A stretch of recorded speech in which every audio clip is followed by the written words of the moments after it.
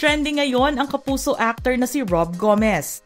Matapos kumalat sa social media ang mga pribadong messages nila ni Bianca Manalo na di umano'y nagpapatunay ng kanilang affair sa likod ng kani-kanilang mga partners.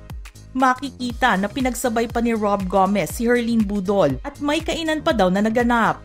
Ang dahilan ng pagkalat ng mga convo ay nawala ang cellphone ni Rob Gomez.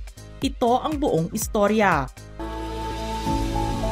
Kumakalat na ngayon sa social media ang mga litrato na ito kung saan makikita ang mga private conversations ni Rob Gomez kay Bianca Manalo at Herlene Budol, mga co-stars niya sa palabas na Magandang Dilag. Lumabas ang mga litrato na ito sa mismong social media accounts ni Rob Gomez. Bagamat burado na ito, natural na kumuha ng screenshots ang mga netizens patungkol dito. Nawala daw ang cellphone ni Rob Gomez hanggang ngayon, kaya daw nag-leak ang mga private conversations niya kay Bianca Manalo at Herlene Budol. Naging viral ang leaked conversations ng tatlo dahil medyo mainit-init ang mismong conversations nila, lalo na yung kay Herlene Budol. Yung kay Bianca Manalo, kita sa conversation na gusto niyang makipagkita kay Rob Gomez ng maaga. Inassure pa ni Bianca Manalo si Rob Gomez na wala yung kasama niya sa bahay. He's not here, he's in Valenzuela. Malinaw na nire-refer ni Bianca Manalo ay ang kanyang partner na si Senator Win Gatchalian na taga Valenzuela. Kita sa convo nila na tila hindi nag-reply si Rob Gomez sa kanya. Kaya nag-follow up di umano si Bianca sa kanya at sinabi na may na-pick up na namang ibang babae si Rob Gomez. Pagdating naman kay Herlene Budol, lumabas na ang relasyon nilang dalawa ni Rob Gomez ay mas matindi pa sa pagiging workmates, base doon sa leaked conversation nila. Makikita na mas detalyado ang conversation ni Herlene Budol at Rob Gomez dahil kita mismo ang relasyon sa kanilang dalawa na may mga explicit na messages sa isa't isa. May hints na rin ito na matagal-tagal na rin nila itong ginagawa at matindi talaga ang pagpa-flirt nila sa isa't isa.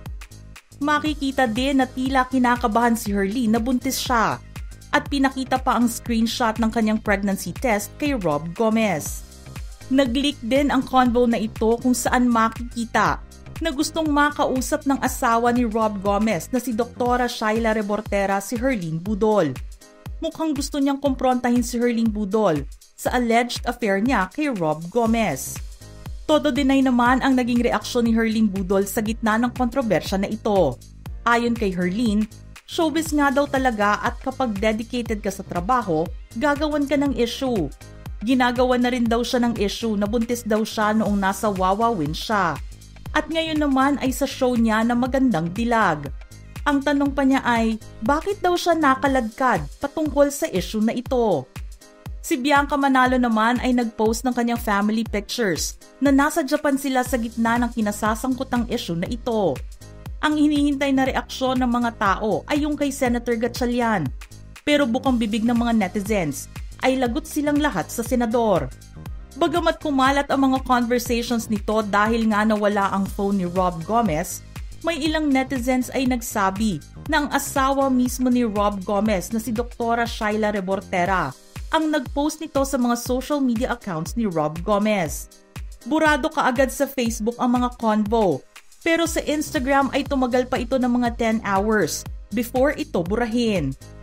Hindi lang ito ang unang beses na dawit si Rob Gomez sa kontrobersiya. Matatandaan na napabalitang sinasaktan di umano ni Rob Gomez ang kanyang asawa matapos mag-post si Shaila ng mga pasa niya sa katawan.